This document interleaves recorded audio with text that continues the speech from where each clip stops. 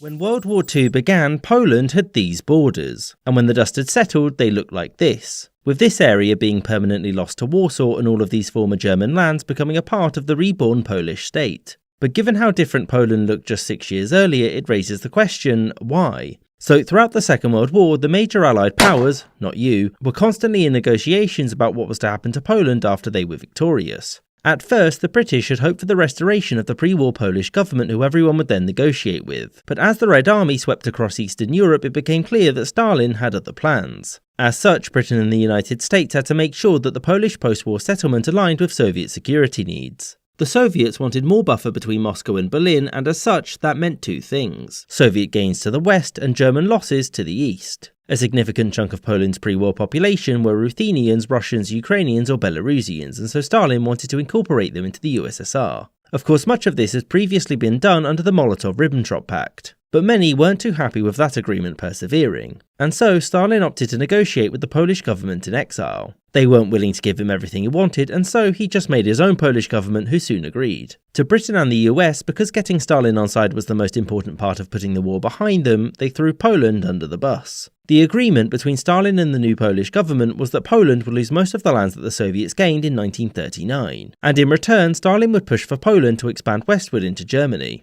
Now, the reason why Stalin returned these two areas to Poland wasn't because he was a stand-up guy. It was because he didn't want the changes to look like a diktat. It was, of course, but it was enough that Britain and the United States could pretend that they hadn't just caved to a dictator. During the Potsdam Conference in 1945, the Allies agreed that Poland's western borders would go up to here until a permanent solution could be negotiated. So why these lands in particular? Well, for a start, giving them to Poland meant that any potential resurgent Germany would have to fight a much more industrialised nation with a large river as a natural border. Furthermore, by destroying East Prussia and giving Poland Gdansk, the territorial tensions which led to war in the first place were now gone for good, as were the Germans living there. Now, Poland's newfound lands were to be populated by the Polish who were already at that point living in the USSR and those whom Stalin had arrested over the previous decades. And by settling millions of people there, West Germany, or later a unified Germany, wouldn't have much of a claim to the lands. And the Cold War soon meant that there was no further Allied conference on formalising Poland's borders. But of course, it wasn't long until temporary borders became permanent ones, thereby completing Poland's movement westward. Secret Illuminati symbols hidden in plain sight. Underground tunnels that double as bomb-proof lairs for our reptilian overlords. And a demonic-looking blue stallion that, well, actually did technically kill someone. Oh, plus an Annie Ann's pretzels. Yum. The Denver International Airport isn't just the biggest airport in the United States. It's a hotbed for some of the most batshit bonkers conspiracy theories on the internet. Make sure your seat backs and tray tables are in their upright and locked positions. And place your tinfoil hats securely on your heads. February 28th, 1995. The Denver International Airport officially opens. At a sprawling 53 square miles, it's America's largest airport. But it's already raising dumb suspicions among the dumb and suspicious. The airport was years behind schedule, billions of dollars over budget, and some locals argue the Stapleton International Airport, less than 16 miles away, was perfectly fine and did not need replacing. It's almost like it was built for a reason. You know, other than offering cheap flights to Bermuda. By the mid-2000s, local papers report some bubbling conspiracy theories around the airport. And by 2010, ex-wrestler and former Minnesota Governor Jesse Ventura stokes the fire with an episode of his aptly titled True TV show Conspiracy Theory. Suddenly, the conspiracies in the Mile High City are more prominent than Peyton Manning's forehead. Let's dig into some of the facts here. Theory 1. One of the most visible pieces of quote-unquote evidence of something nefarious at DIA is the runway itself. From a bird's eye view, believers contend the pattern is a swastika, giving aliens, who are also Nazis, a clear sign that something wicked lies beneath. The truth, it's for weather-related purposes. Airport engineers contend the fan-shaped design enables planes to take off and land against wind from any direction. Theory 2. Visitors arriving by car might miss the swastika runway, but they'll definitely catch the 9,000-pound, 38-foot-tall statue of a blue bucking stallion with glowing red eyes, symbolizing the 4 horsemen of the apocalypse. The truth. While the statue is admittedly a little eerie, Luis Jimenez, the artist behind Blue Mustang, said the glowing red eyes pay homage to his father, who worked with neon signs, and it wasn't a tribute to Satan. But tragically, while he was finishing the statue, a piece broke off, severed an artery in his leg, and Jimenez died as a result. Theory 3. Gothic gargoyles loom over the baggage claim, and, even more unsettling, murals with names like Children of the World Dream of Peace depict Nazi-esque soldiers in gas masks with machine guns and swords, eerily smiling children, burning forests, and even a recreation of a child's letter sent from Auschwitz. All of this, allegedly, is meant to contain clandestine messages alluding to the Illuminati. The truth. The artwork is actually anti-war and pro-environment. The mural's artist Leo Tanguma contends these paintings tell a narrative of a world free from war and environmental ruin. Theory 4. There's a dedication plaque at one of the airport's entrances containing a vault to be opened in 2094, bearing the distinct symbol of the Freemasons, and alluding to the New World Airport Commission, which ostensibly doesn't exist. Believers point to this as proof that the Freemasons, which is essentially a frat for old people but long rumored to be a secret world-controlling organization, use the airport to help their global conquest. The truth. It's just a dumb time capsule, okay? In reality, the time capsule has baseballs from Coors Field, a pair of the mayor's sneakers, and other assorted, incredibly innocuous Colorado-themed items. And the secret New World Airport Commission was just the made-up name of a group that helped plan the opening ceremony of the airport. Basically, a party planning committee. Theory 5. Grainy cell phone footage featuring lizard people and first-hand accounts by construction workers claim the airport has miles of secret underground tunnels, which potentially connect to nearby military bases, house a new Area 51 hiding evidence of alien life, provide a bomb shelter for the super rich and elite, or is a front for a secret nuclear launch site. The truth. The tunnels were for luggage. The tunnels were simply designed to quickly move luggage through the airport, but some frisky employees have taken to drawing graffiti of fake symbols and aliens on the walls, or even dressed like lizard people during public tours to play into the theories.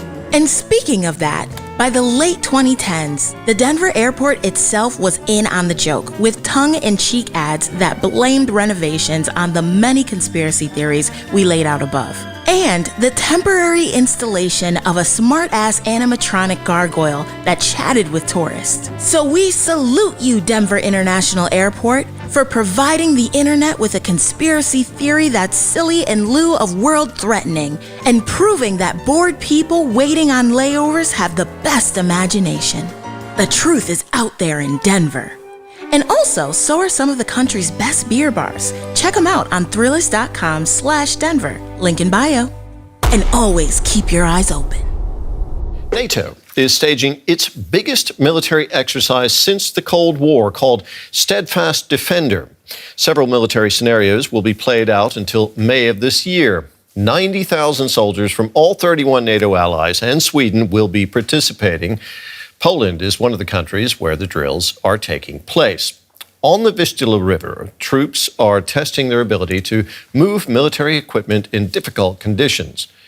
Our Brussels bureau chief, Alexandra van Namen, reports now from Poland.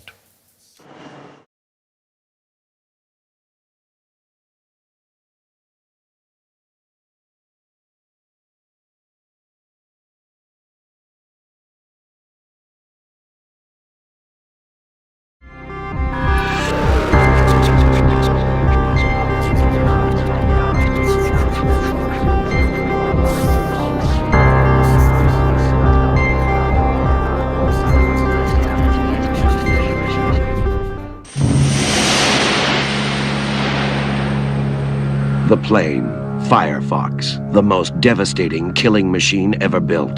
The weapon system is one of the most advanced ever conceived, with a thought-guided, thought-controlled arsenal on board the plane.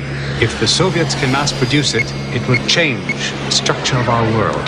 The man, Mitchell Gant, the most daring U.S. fighter pilot ever to fly a plane.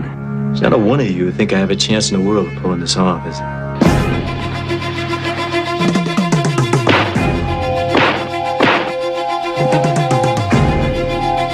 Don't say anything. Just fly the damn plane. I'm a tiger. Mitchell Gant. The mission, steal Firefox. Gant, can you fly that plane? Yeah, I can fly it. I'm the best there is. Great mother of God, he's up! I'm speaking to the individual who has stolen the property of the USSR. But we're getting the royal treatment. You will not, of course, make it to wherever you are going. Let's see what this baby can do. Captain, he's coming straight in. I don't know what it is, but I'm a sitting duck.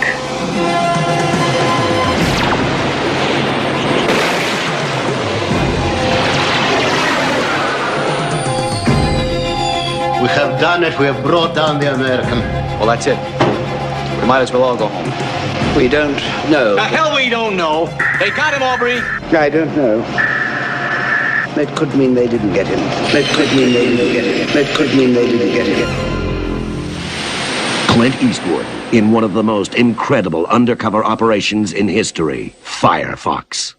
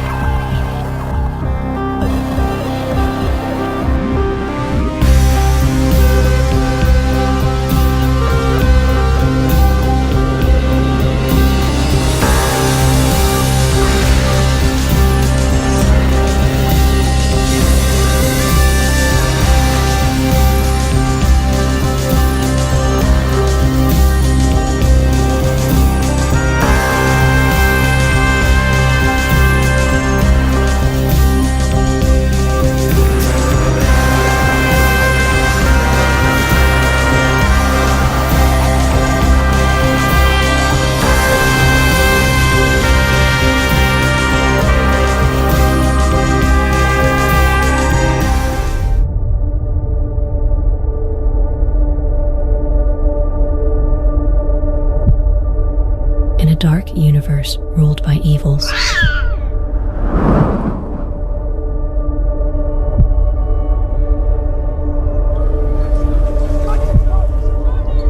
Where each breath is dead.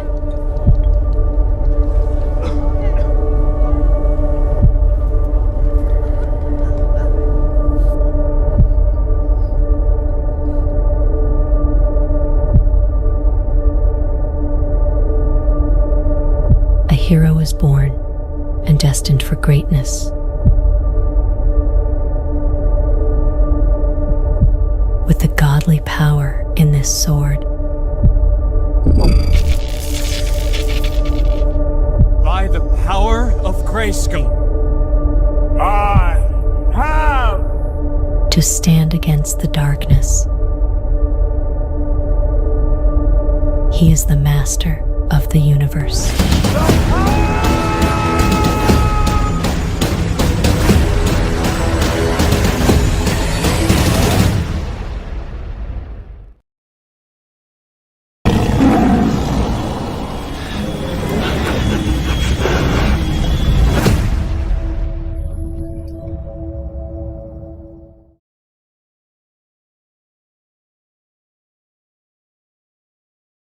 I'm only here to capture the traitor I told you about. This traitor, who is he? It isn't a he, it's a she. It is the baby I took from Randor. Princess Adora.